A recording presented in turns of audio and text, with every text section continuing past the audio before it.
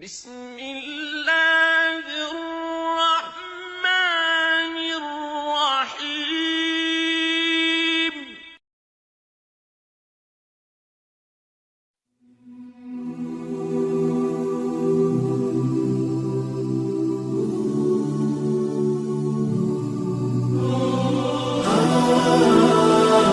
And we want to begin by saying something that terrorism has no faith. I don't remember when terrorism got baptized or got their yarmulke or became Muslim or took the Shahada. So I really don't like the phrase Christian terrorism or Islamic terrorism, even though we're going to use the terminology. But I do want to preface that saying we as Muslims don't believe terrorism has any particular faith. That being said, we also want to begin by telling you a little bit about the Quran. And if anybody wants a Quran, you can request one. We're more than happy to give you one. And there's a verse in the Quran, and when we look at the English translations, these are the meanings. One of the beautiful things about the Quran, unlike other holy texts from the past, it has been preserved from beginning to end, verse by verse, letter by letter, in the original language that it was revealed. So, as Muslims, we don't have two Qur'an. So, I've given you a verse here. It's the 5th surah, the 32nd ayah. To the meaning of the translation, that whoever kills an innocent person, it is as if they have killed the entire humanity. And that's what the Qur'an teaches us about preserving innocent life. Now, if people want to misuse religious texts, you can do that with any text. I'm not here to talk about the Bible or the Old Testament or even give lecture about the Quran. My subject is about media, but I'm just beginning with this to kind of clear out your mind before you, listen to this talk. So, put your biases away, open your heart, open your mind, and maybe we'll all learn something tonight. Since the attack that happened in Paris and the constant media attention, it got me wondering. I started to think, where did this monster, this horrible terrorist killing machine of an organization I don't know if they're a state or not, come from? What is the timeline? And most of the websites and most of the news articles beginning around 2006, October 2006, where this organization took shape or form. But I wasn't very satisfied with that because, how does an organization just come out of nowhere and take over huge pieces of land and then run a country and sell oil and have the police and all this kind of stuff? That usually takes a long time. So I thought, let's take a step back. Maybe there's precedents before 2006 for ISIS. But what I found out, to my surprise, that before the invasion of Iraq, before the United States under George W. Bush invaded a sovereign nation, there was no ISIS. In 2003, when we invaded Iraq, there was no ISIS.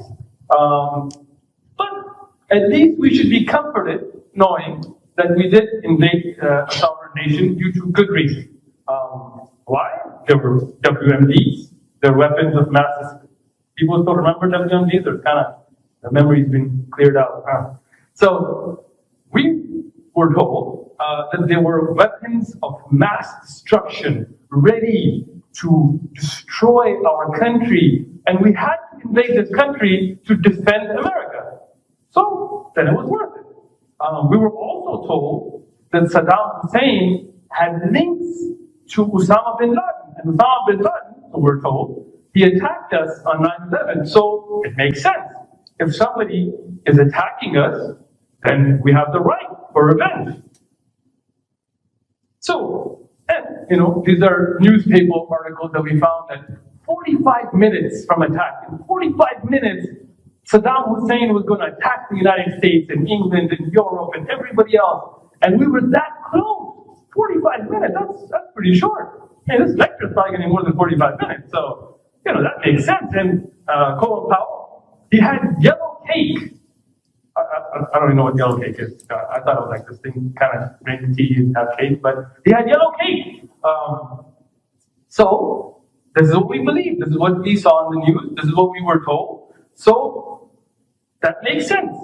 But what's interesting is after the news told us that Saddam Hussein had WMDs 45 minutes from attacking us, and after our president at the time and Rumsfeld, I'm not defense secretary, I don't know who he was, whatever he was, him and Powell and the UN told us that yes, they have weapons of mass destruction, and we have proof, we have pictures, we have aerial pictures, which turned out to be mobile library or something, but anyway. Well, after we were told that definitely they had something to do with 9/11, now, after invading a sovereign nation that had no ISIS, that had no Al-Qaeda, that had no known terrorist organization being harbored or taking over land and attacking other countries inside its borders, Donald Rumsfeld said, you know what? I made a misstatement. I'm sorry, my bad. Claiming that he had weapons of mass destruction was a misstatement. And there are unclassified documents now. You can Google this. This isn't, don't take my word for it. Go do your research. Read up. My message here to you is open your eyes. Don't just sit in front of Fox and let it brainwash you. Go read. There have been documents that have been unclassified that tell us that Rumsfeld and Powell, they had discussions on how to get Americans behind a war against Saddam. And ideas that they brainstormed were to say, well, his moves against the Kurds in the north, question mark. You think that will sell Americans? Or the US discovered Saddam's connection to 9/11 or the anthrax attack. Wait, what happened with that? No, that didn't pan out either. Question mark? Or dispute over WMD inspections. They were coming up with ideas how to justify a war. So it's not that they didn't know. It's not that they actually believed their false intelligence. They were looking for a reason. And their old buddy, yes, that's Rumsfeld and Saddam, was apparently out of favor. So we wanted to go to war. Now, Dick Cheney, on June 2nd, 2009, you can Google it, you can watch the video, he says, okay, Saddam wasn't behind 9/11. Wait. So, this precedent that was set saying that this man was behind the attack that attacked our country, that every media outlet, and I'm not even just talking about Fox, from CNN, from MSNBC, everybody was carrying this story saying that Saddam had a connection to 9/11. 60-some-odd% of Americans, even up to 2009, believed it. Dick Cheney saying, you know what? Just kidding. He wasn't. And then what happened to the WMDs? Oops, my bad. There were no WMDs. Blair, even in his intelligence panel interview, admitted that he knew 10 days before the Iraq war began that there were no WMDs. But we still have to move forward. I guess once you set up to do something, you got to do it, right? Where did the Taliban come from? We're just not going to talk about Iraq, right? Haqqani, in the picture here, according to news sources, you see him next to this man. Who is that man? Anybody? Yeah. Ronald Reagan. Excellent. Good job. And I'm sure your father's proud of you. Ronald Reagan, the President of the United States. And where might this be? Kabul, Kandahar. Any guesses? White House. The White House. Excellent. Which is in Washington, D.C., last I checked. So, those evil Taliban, women oppressing, school burning terrorists were pretty comfortable. Looks like them, their big turbans and beards and everything were getting funding. And at that time, the Soviet Union called them terrorists. And we called them freedom fighters. Wow. So I guess You got some roots going on there. So what's the big deal? Okay, let's say somebody can say, so what? Cheney knew that Saddam had no link to 9/11. And Rumsfeld made a misstatement. He didn't really mean to say they had WMDs. He just thought maybe they could have somehow got them. So what? So what? We have 6,717 dead American soldiers in these two wars, Afghanistan and Iraq. 6,717 dead American soldiers because of these wars. That's more than double of the death toll on 9/11. And that's the soldiers. People talk about supporting our troops. Well, what about not getting them killed for lies? What about the media's responsibility for the stories they read without checking? These are wars like Vietnam, like Iraq, that were built on lies. 6,717 dead soldiers. But what else? It's not just that. I want you guys to read this. I want you to see this. Because you, as the people, will be making decisions, will be supporting causes that can either cause more wars or stop this insanity. You can't hide from what your tax dollars are doing. I, as an American citizen, have to be concerned of what 3 months of my year that goes towards taxes, what is it paying for? The number of innocent, and this is from CNN, I'm not making these up, I've given the links here. Whoever wants, I can give them a copy of the PowerPoint presentation. Look up the links yourself. According to CNN, the number of innocent civilians killed in ISIS attack in Paris, 128. 128 innocent people killed by these brutal ISIS terrorists, and we want to condemn them. The number of innocent civilians killed in Syria ever since the, shall we say, Western uprising, 340,124. Right? Is that a typo? No, it's not. 340,124 Syrian innocent civilians. Look it up. Syrian Observatory for Human Rights. There's a link. Go look it up yourself. Wow. But by a show of hands, how many people have known about the attacks in Paris? Oh, come on. If you don't raise your hand, you're just being lazy. Do some exercise. Raise your hands. Makaram, you don't know about the attacks. There you go. Okay. How many of you knew about how many people died? About 120 some odd. How many, and be honest, you can be honest, right? How many of you knew that 340,124 innocent civilians, not talking about military deaths, have been killed in Syria? Why is it? You maybe did. Well, you did. So, I see a big difference. I saw 2 hands in comparison to every hand here. So a question has to be asked. Are 128 French lives more valuable than 340,124 Syrian lives? Or why is it that this isn't on the news 24 hours a day? Why don't we have President Obama lowering flags? Why don't we have solidarity movements for these deaths? The number of innocent civilians killed in Afghanistan as of March 2015, 210,000.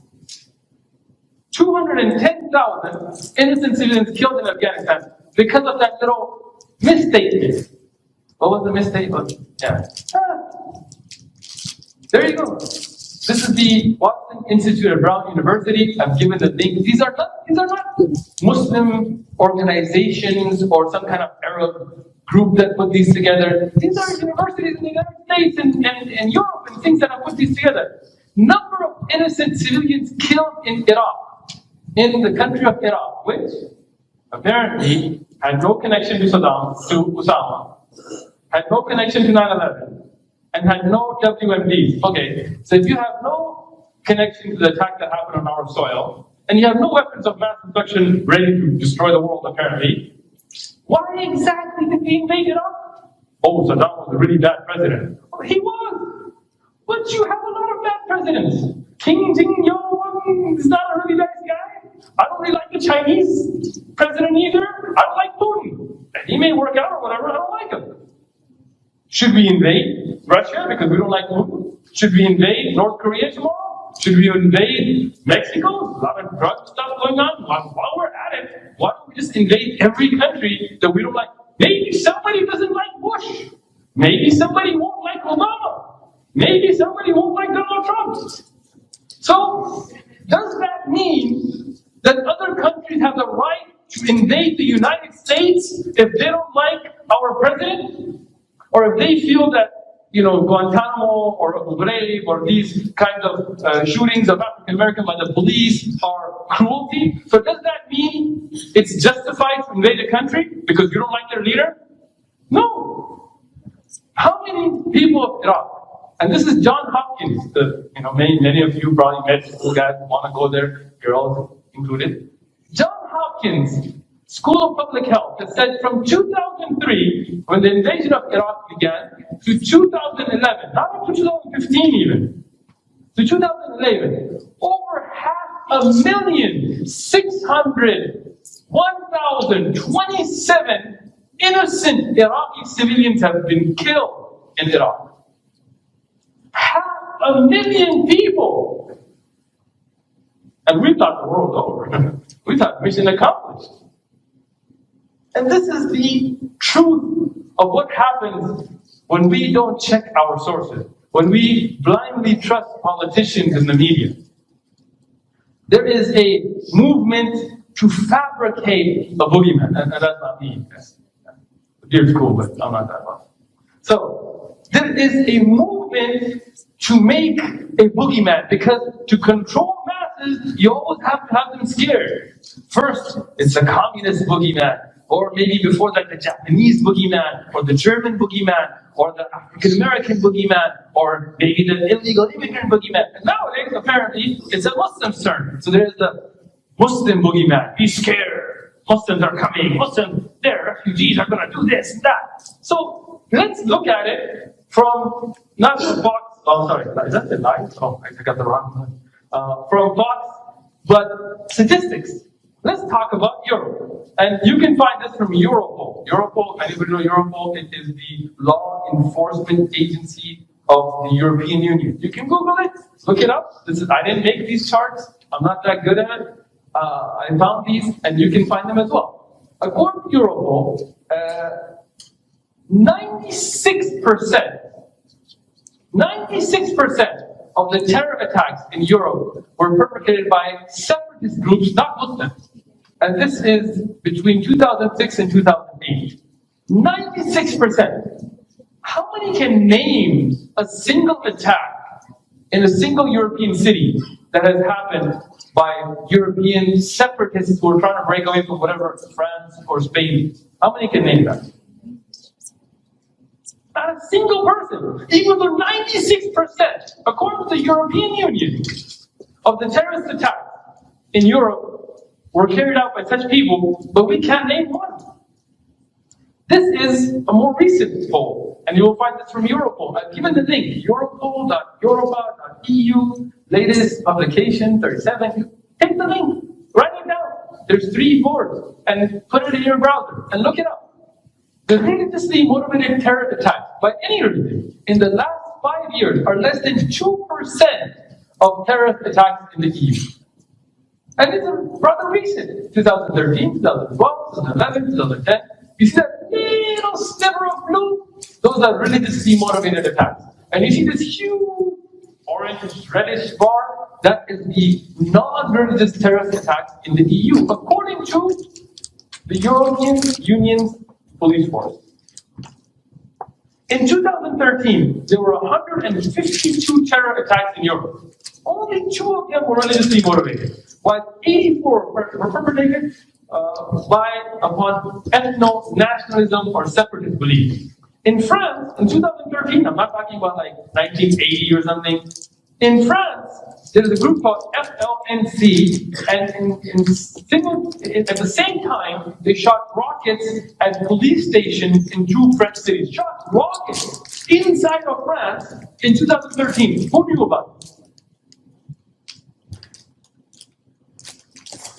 There's an organization shooting rockets, not AK-47s or handguns or BB guns, rockets at police stations at the same time in a coordinated terrorist attack, and not a single one of you knew about it.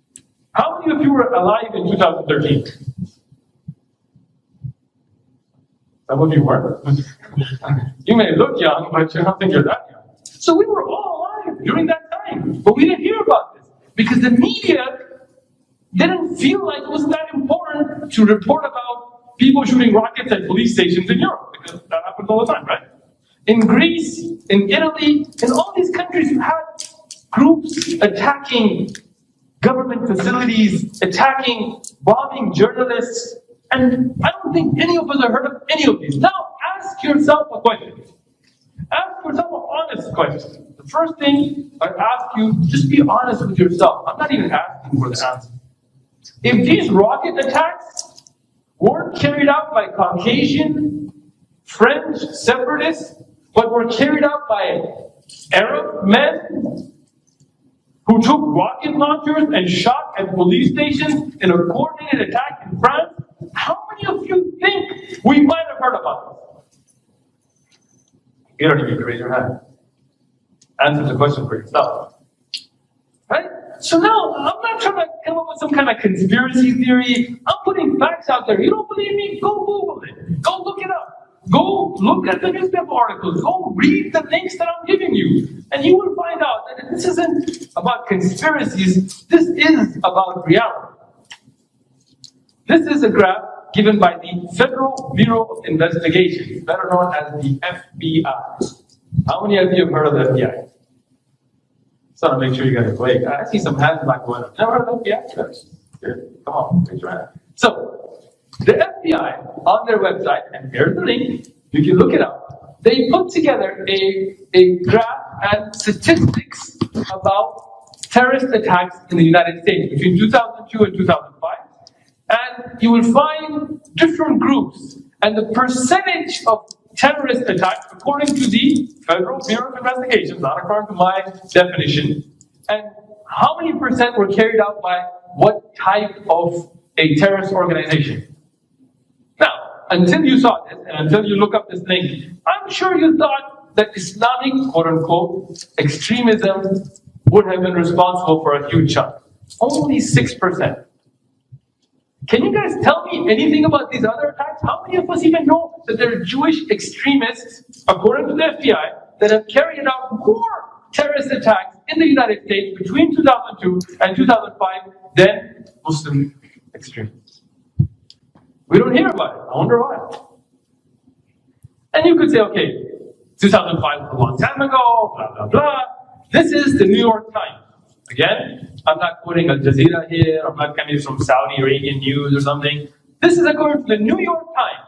Between 2002 and 2015, the current year that we're in, the number of attacks by anti-government, racists, and other non-jihadist extremists have been clearly have killed twice as many people as those by Islamic jihadists.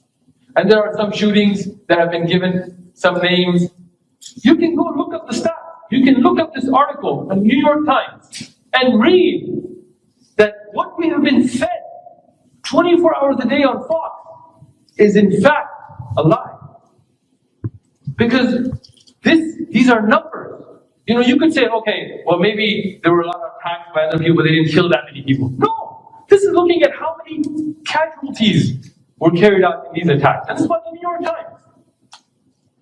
In 2014, a study by the University of Northern Carolina, not by the University of Jeddah or Baghdad or Kuwait or something, by the University of Northern Carolina, found that since the 9/11 attacks, Muslim-linked terrorism has claimed the lives of 37 Americans. How many? 37 Americans.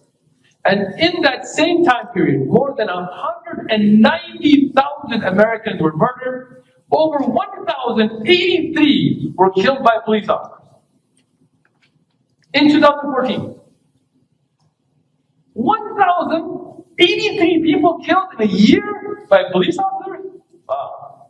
In fact, in 2013, before the study was completed, it was actually more likely that Americans would be killed by a toddler, by a child, by a baby, than a terrorist. A child playing with guns was responsible in 2013, not 14, for more deaths than what they called as Muslim extremism. Duke University, here's the site.duke.edu, look it up.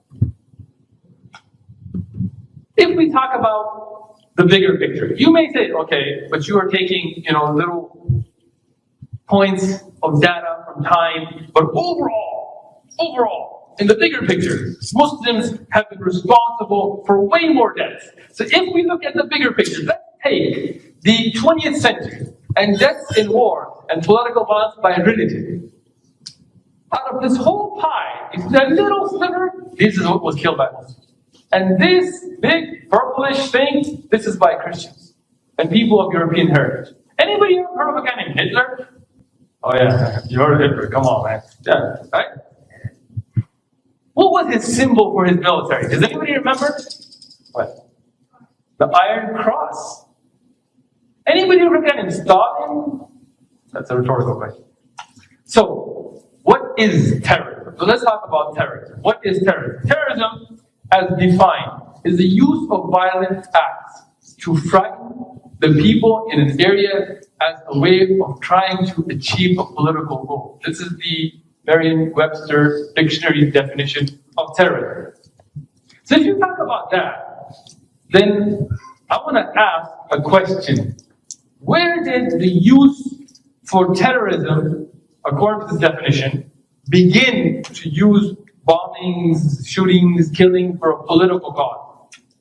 The first known use of such bombings for a political cause was the bombing of the King David Hotel by Zionist Jewish terrorists trying to establish what later became the State of Israel.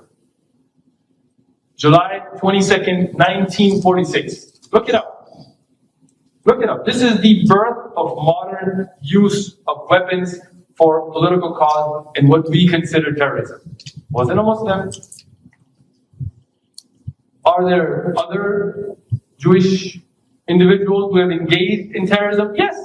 Coco Goldstein, an American-born Israeli physician, he walked into a mosque while people were praying, and he gunned down 30 innocent men and children and wounded 125 others. Look him up. Google him. There's his name. Per the 2013, I'm not even going back too far, 2013, pretty recent, State Department, United States, U.S. State Department, the country we're in, according to them, they reported on terrorism, they had a report on terrorism, there were 399 acts of terror committed by Israeli settlers. These Jewish terrorists attacked 93 Palestinian civilians and attacked scores of mosques and Christian churches. How many of you know a single location that this happened in 2013? Not a single one. They were, according to our State Department, 399 acts of these, not just against Muslims, but against Christians in Palestinian territories by Israeli terrorists. We didn't hear about it. I don't remember the Fox News or CNN or MSNBC or anybody. The only person that sometimes may talk about it is the Daily Show. Let's talk about the USS Liberty. Who knows about the USS Liberty already? Not a single person. Oh, one person. You were in the other presentation. Go home and Google this. The USS Liberty attack in 1967, where an Israeli fighter jet, after having warned that this is an American defense ship, attacked and sunk and killing 34 crew members, American soldiers, Navy sailors, and wounding another 171. But this has been wiped from our memories. This has been wiped from from our history books. Nobody here had heard about this. Imagine if tomorrow Saudi Arabia attacked an American naval ship and killed 34 crew members and injured 170. We would be like attacking Saudi the day before it. Saddam didn't attack any American ships. But look at this. Look at the double standard of what gets reported. Because we talk about Christian terrorism, President Obama, he made an interesting statement, and I quoted here. He says, "Lest we get on our high horses and think this is unique to some other place. Remember that during the Crusades and the Inquisition, Christians committed terrible deeds in the name of Christ. Slavery and the Jim Crow all too often was justified in the name of Christ." Anybody know what the Spanish Inquisition? One guy in the front, I think you know that. You don't know about the Spanish Inquisition? Go home, Google it. Look up what happened in the Spanish Inquisition and how many people were massacred, what kind of genocide was done, and in the name of which religion was it done in. Anybody heard of the KKK? All right, come on. I know you heard of the KKK, right? Anybody know? You heard of the KKK? No, you. Great question. You heard of them? I can see your hands, so I'm just making sure you're awake, man. I'm trying to sleep in my talk. All right, you heard of the KKK, right? What do they burn on your front lawn? A crescent? A big Al-Qaeda flag? What do they burn? A cross. Interesting. Timothy McVeigh? Anybody heard of him? Right? Are we forgetting these things? When we talk about Islamic terrorism, why don't we call this Christian terrorism? Why don't we talk about things in a manner that are the same? The Olympic Park bomber, the Unabomber. Anybody heard of Wade Page? Anybody? This proud white supremacist. You see that's a cross, by the way. 40-year-old white supremacist, veteran of the U.S. Army, fatally shot 6 people and wounded 4 others at a Sikh temple in Oak Creek, Wisconsin, thinking they were Muslims. Apparently, racist, crazy guys aren't too smart. So he actually walked into a Sikh temple and gunned them down. But nobody even knows his name anymore. If his name was Muhammad al-Arabi, al-Muslim, everybody was like Usama and this. How about this guy? Anybody know Andres? You know him? Excellent. This man, all right, somebody else in the back. Excellent. He walked into a youth camp and massacred, using his high-powered weaponry, 69 children. And then he also blew up a detonator bomb that he had planted in front of a government building and wrote a 1,500-page manifesto declaring a crusade against the Muslim invasion of Europe. And what he felt was the population growth of Muslims. So, let's take this back. He was a member of the Christian Church of Norway. He was a member of a Christian church. He wanted to declare a crusade. He placed a huge cross on the top of his manifesto and laden it with hate speech against Muslims and talking about preserving the Christian identity and fighting the infidel Muslims invading Europe. 1,500 pages, and made a video about it and posted on YouTube about his Christian crusade against the Muslims of Europe, massacred children, blew up bombs in front of government buildings. How many of you heard of him to be referred to on Fox News as a Christian terrorist? Not a single one of you, because they wouldn't use that term. If this was a Muslim man, whether he prayed once in his life or not, whether he believed anything or not, whether his name just happened to be Muhammad or Ahmad or Abdullah or something like that, if he just happened to be of Arabic or South Asian descent, he wouldn't really have to go that far. He would just have to show up, and it would be Islamic, jihadist, terrorists, Salafists, Wahhabists, and this is and that is are declaring jihad on McDonald's or whatever else they may be even trying to get a burger from. This is a double standard. This isn't a conspiracy. Look at the facts. Hindu terrorism. Has anybody heard of Hindu terrorism? How come In 2002, 2,000 Muslims were murdered by Hindu terrorists. Countless women, children burned alive. And the chief minister, Mr. Modi, who was recently welcomed by President Obama, was at that time put on a ban from coming to the US because he was held responsible for that violence where police officers of Hindu descent were giving out lists of Muslim-owned properties for those rioters to attack.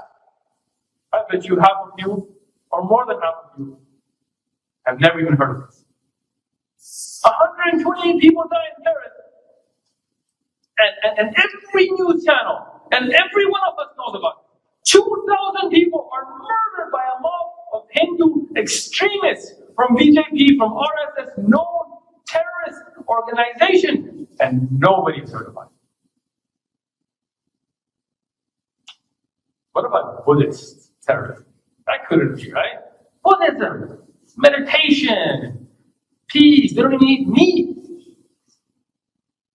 There have been massacres committed by Buddhist monks in Burma, which is called Myanmar, in Sri Lanka, where houses were burned, people were burned alive by Buddhist monks, but you have never heard Fox News come out and say Buddhist terrorism, or a Buddhist terrorist, or a Buddhist attack on a terrorist platform. Why? It's not that it's not happening. Go look up the massacre by Buddhist monks. There's video. You can watch monks in their robes with guns and knives and swords massacring women and children in Burma. But you don't hear about it. What does the Quran tell us? What does the Quran teach us?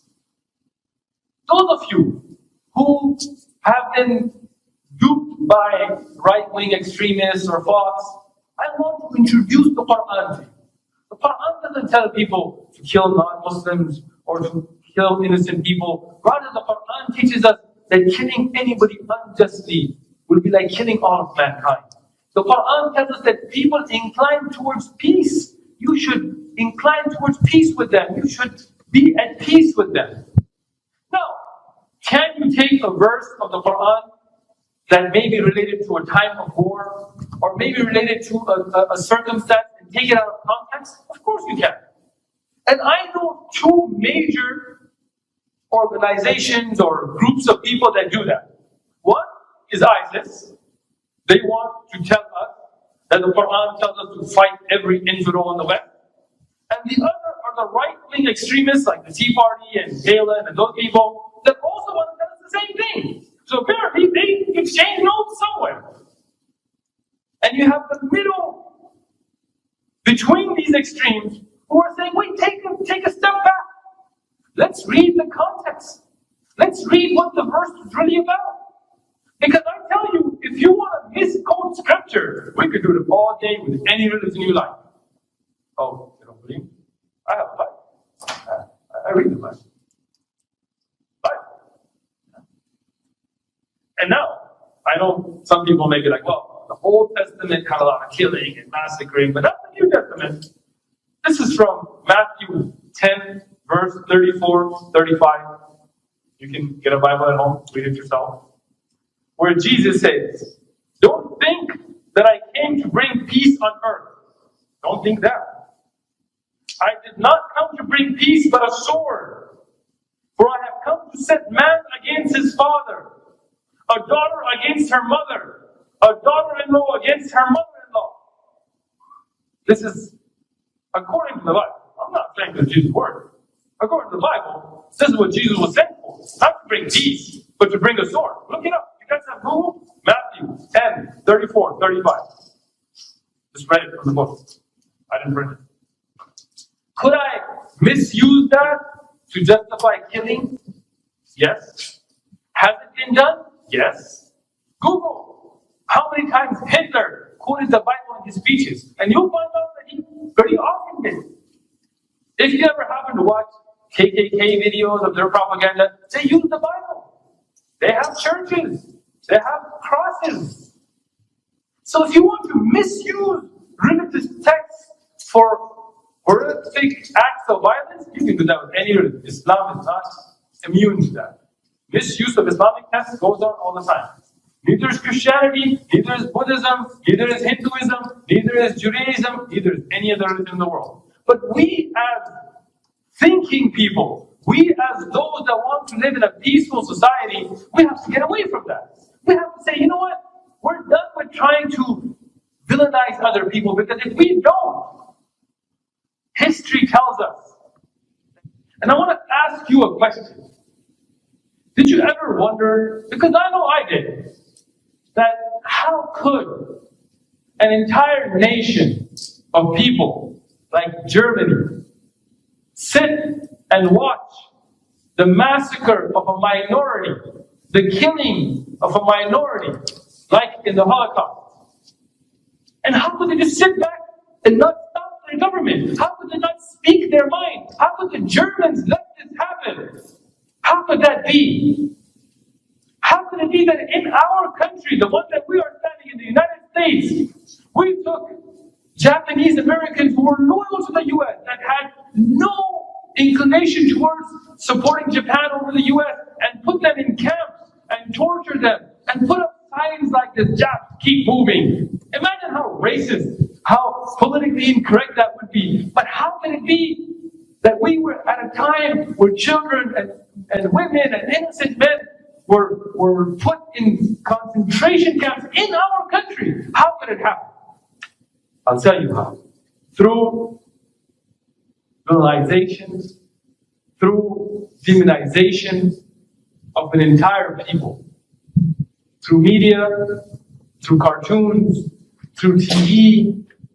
You see this cartoon here? Horrible, honorable fifth column showing, Japanese Americans from California getting TNT to attack America. You know who made this drawing? Anybody other than these? Yes. Dr. Seuss. Apparently, green eggs and ham isn't the only thing they were taking. You see this? Am I not a man and a brother? You see this? You see this? Look at this. This is Nazi media propaganda, showing a Jewish woman stabbing a German soldier in the back, trying to say as if those Jews living in Germany are secret cells that are going to attack Germans. You see this? On your right, this is somebody who was marked during the concentration camps in Germany. And on your left, something a little more recent. You see this? Where do you think this is going on? And whose tax dollars are paying for this?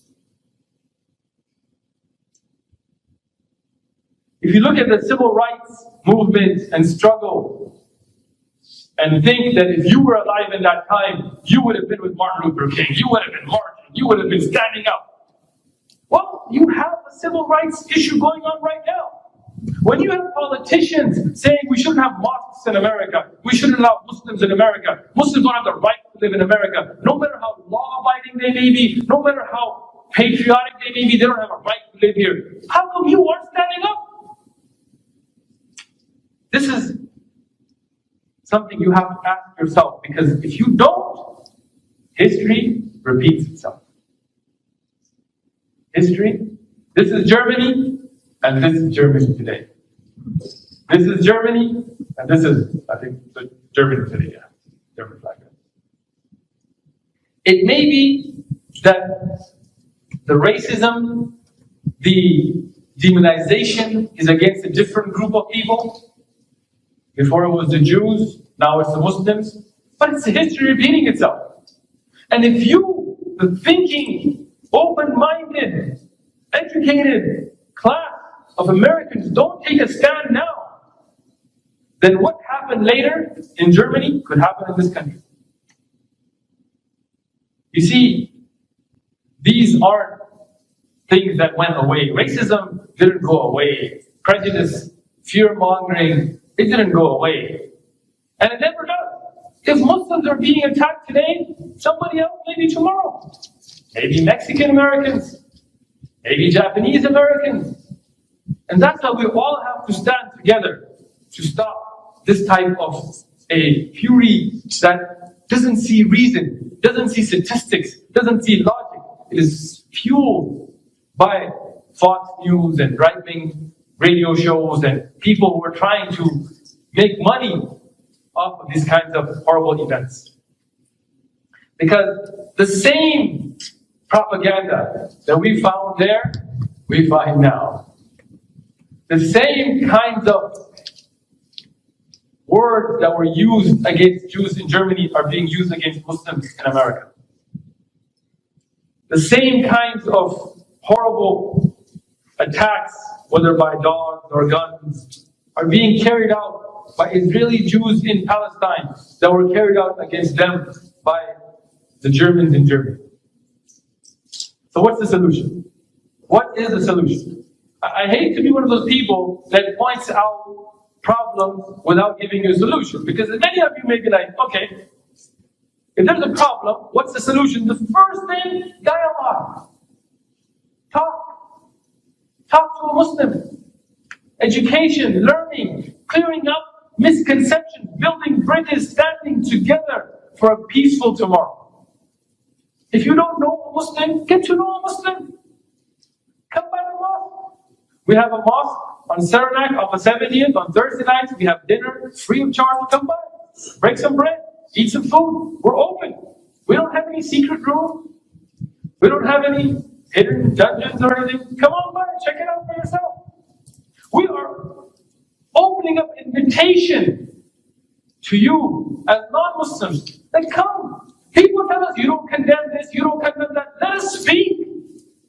Nobody invited me to come on vlog. I'll go.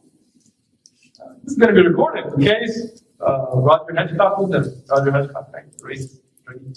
Roger Hedgecock or Rush Limbaugh or anybody sees this somewhere, I'm ready.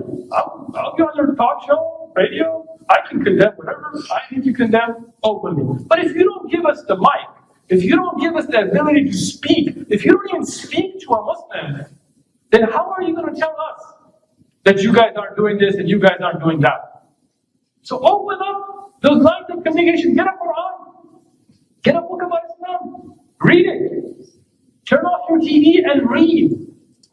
And this is going to be a solution for the long term. But I'm going to give you a small intro about Islam as a Muslim. If you want to learn about martial arts, go to somebody who's an expert and learn from them. If you want to learn about Greek theology, go to Greece, talk to some Greek people. Right? If you want to learn about Islam, it's not the best source. You know, if you're going to speak about Islam, you should at least know a little bit about Islam. And if you don't know anything about Islam, and suddenly after 9/11 you became some kind of expert overnight, I don't know how, don't take your knowledge from them. Come to a Muslim. We'll tell you, sit down with the Quran, ask me about any verse you like. I am more than open to discuss it. What is Islam? Islam comes from the word salama. Aslama comes from the original three-letter word of salama, which means peace. Aslama is to submit and to gain that inner and outer peace through submitting your will to your Creator. The prayer, the verses that our brother began the lecture with, Allah calls the people to the ways of peace, to the ways of guidance. The Quran is calling you towards peace. That's the root of the word, if we look at the original three-letter root. And what is a Muslim? A Muslim is the one who submits himself, who gains that inner peace and outer peace through this submission and this obedience to their Creator. We are not Islamic, we are Muslims. Alright? And the religion is not a Muslims, the religion is called Islam. So, you know, if you call me, are you Islamic? That's as racist as me asking somebody from Mexico, are you Spanish? And if you tell me, is your Muslimic or whatever your religion name may be, that's like me telling somebody from Mexico, do you speak Mexican? The people are called Mexican, the language is called Spanish. The people are called Muslims, and the religion is called Islam. Islam is not named after anybody. Like we see Christianity. Where do you think that word comes from, Christianity? Any guesses? What? Greek? Yeah, but there's like a word, Christianity, Christian, Christ. So, according to the word, before Jesus Christ, there was no Christianity, right? Because named after that. Judaism. Any guesses? Judah, right? So before Judah, no Judaism. Now, Confucianism. Before Confucius, no Confucianism. Islam is not tied. We're not Muhammadan. It's not called the Muhammadan religion. It's called Islam. Because this is the same religion that Adam and Noah and Moses and Abraham and Jesus and the Prophet Muhammad, peace be upon all of them, were upon. That's the same religion. We believe the same thing Abraham believed. We believe the same thing Moses believed. This is the religion that we follow. A Muslim is the one who submits, who accepts this religion, is called a Muslim. And I want to clarify this. We as Muslims believe that Jesus, Moses, Abraham were all Muslims. And that's what the Quran tells us. That Jesus said, as mentioned in the Quran, we are the helpers of Allah. We believe in Allah and we will witness that we are Muslims. And Abraham, he is the one who named the nation Muslims. So we believe in all of those prophets. We respect the Prophet Jesus, even if you guys see people trying to upset a community by making cartoons and insulting. You'll never see a Muslim making a cartoon of Jesus or Moses or Abraham or insult them in any manner. Because our Quran teaches us to respect all of those prophets. The concept of God in Islam. And this is just the intro, I hope that this will spark interest and you will then read further yourself. The concept of God in Islam is a very simple concept. We believe in one God. Truly one God. Not that, he's 3, but he's 1, or he's 2, and he's 6, and he's 12, and he's divided when he multiplies. No. Just one creator that created man, that created woman, that created animals, that created universes, that created worlds, that created jinn and other creations that we may not even see, that created all that. One creator. He's not a man, he's not a woman, he's not born out of somebody, he's not a father, he's not an uncle, not a roommate, doesn't have to share rides, any of that. This is the basic, beautiful concept. And the word Allah, when I was young, I had a book in school, it said, Allah, the Muslim God. And as if we have like a pattern or a trademark on this. The word Allah means Al-Ilah, the single God. Ilah means God. But when you have a single, when you say the, like for example, if I said, go to a university, you could go to any university. But if I said, you gotta go to the university. Now, you could be like a man, or you're like, the man. So, then you're talking about a single one, the one that's the complete, the only one that can be called that. That way we say, the only Allah, Allah.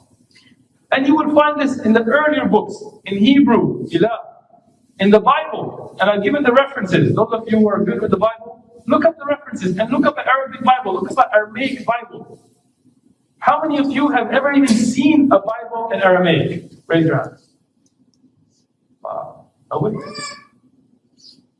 How many of you, we're not going to kill you or anything, don't worry. How many of you are somewhere around the Christian faith, whether you are Catholic or Protestant or whatever? Don't be scared, it's all right. All of you guys are following in faith, and you've never even seen your holy book in the language that Jesus spoke. How many of you are Muslim here? I'm not going to kill you either, don't worry.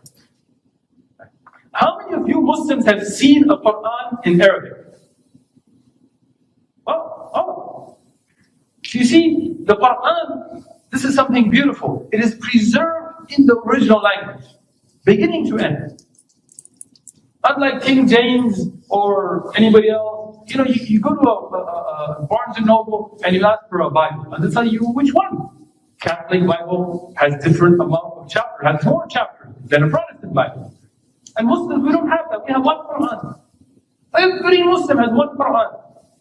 30 juz, 114 surah, same Quran. We believe as Muslims that we have a creator. And I want to ask those of us who are not Muslims here today, what do you guys think of these concepts? I'm open now. We can take some, feedback. Think about this. How many atheists do we have in the house? It's not going to kill you either. Relax. Okay. Oh, we have one. Religion's making a comeback. So, think about this.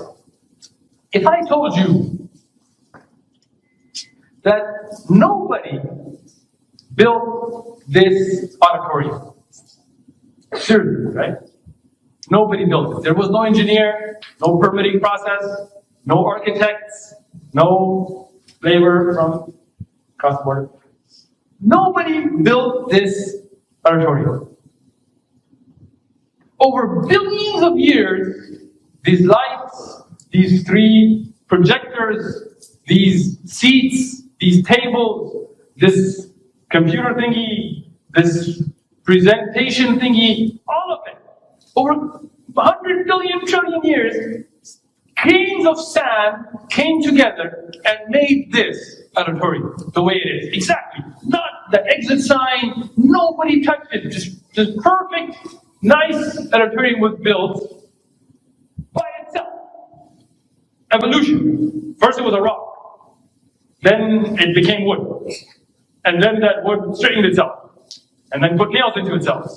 And over billions of years, that wood spun out plastic chairs with metal and railings. And over another billion years, that would change itself without anybody touching it into these monitors and this phone and this table. How many of you would believe it? Nobody. Is this human body that you are all walking around in, unless you're zombies, that you're walking around in, is more complex, is more detailed. It is a greater achievement than this auditorium.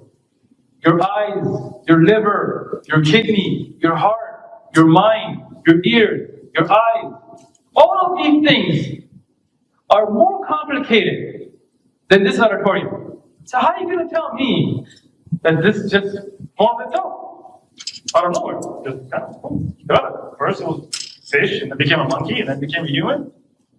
But you didn't believe me if I told you a rock became this auditorium. So think about these things. We as Muslims believe that there was a creator. And that creator created us with purpose, with design. And we, humans, are in this world for a purpose. The Quran are the words of Allah. Think about it. How many of you have ever bought a piece of electric equipment? All right, come on. You never bought electric equipment? Come on, raise your hand. Now you have. When you buy a complicated piece of equipment, what does it come with? A manual. Excellent. It comes with a manual. Because you may not realize how to correctly operate that piece of machine. So the creator, the manufacturer, they give you a manual. We believe that God didn't just create us and put us on earth and just said, do whatever you like. He sent manuals. First, the Old Testament, the Torah, to the prophet Moses, peace be upon him. Then, the Zabur, or the Psalms of David, to David, Dawood, peace be upon him. Then, the Injil, or the Bible, to the prophet Jesus, peace be upon him.